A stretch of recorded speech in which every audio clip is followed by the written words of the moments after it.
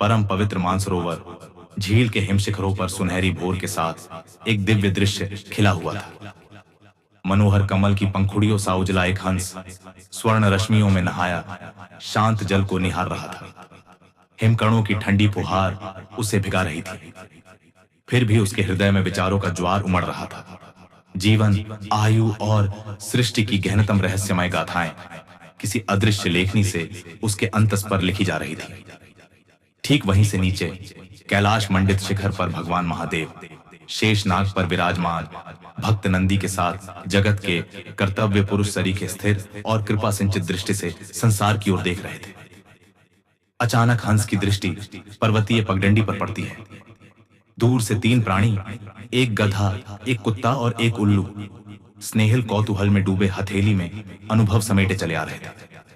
उनके चेहरों पर अनोखी प्रसन्नता झलक रही थी, मानो किसी विजय के गीत पर थिरकते पग हों। हंस चकित हुआ। उसने कभी जानवरों को इस प्रकार किलकते नहीं देखा था। जिज्ञासा ने पंख फड़फड़ाए और वह श्वेत बिजली सा कैलाश शिखर पर सीधे त्रिलोचन के चरणों में आ गया। महादेव, उसने शीश नवाया, मैंने अनोखा दृश्य देखा है। ये तीनों जीव अपनी आयु घटने पर उल्लसित क्यों हैं? महादेव ने करुण दृष्टि उठाई, मृदुल हास्य से बोले, हे हंसराज, यह कथा ब्रह्मलोक की है, सुनो तो सही। सृष्टिकर्ता ब्रह्मदेव एक दिन कमलासन पर ध्यानरत थे।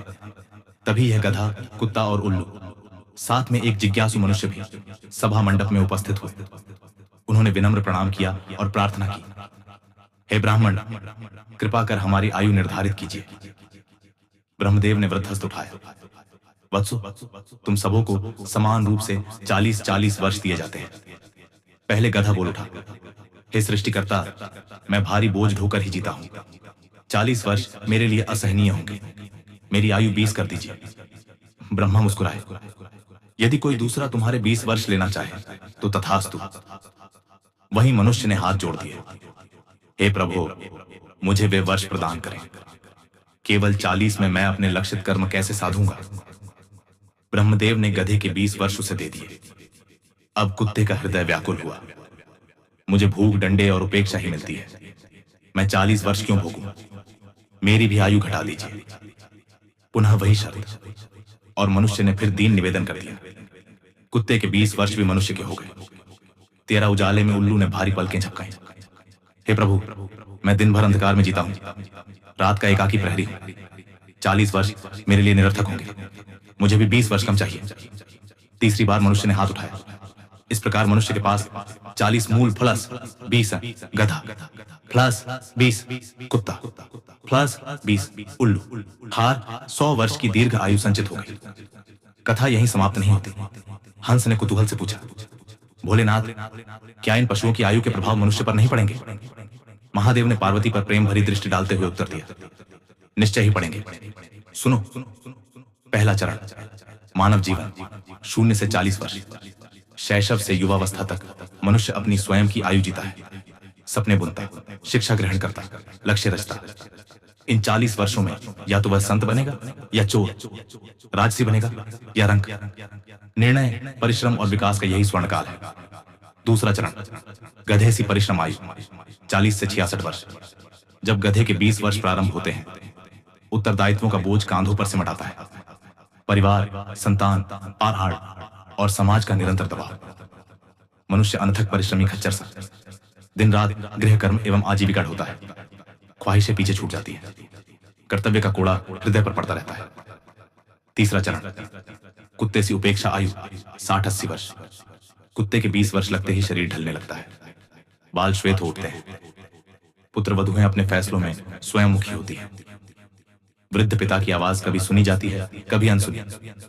मनुष्य कभी कभी क्रोध या खींच में भौंक सा उठता है, पर लोग कहते हैं बूढ़े हैं, बकते रहते हैं।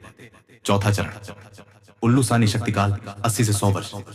अंततः उल्लू के वर्ष आते हैं। दृष्टि धुंधली, दांत विरल, हाथ पांव कांपते। वह दरवाजे पर बैठा संसार के रंगमंच को टकटकी लग देखता है, पर दृश्य धूमिल है, ध्वनियां भी क्षीण।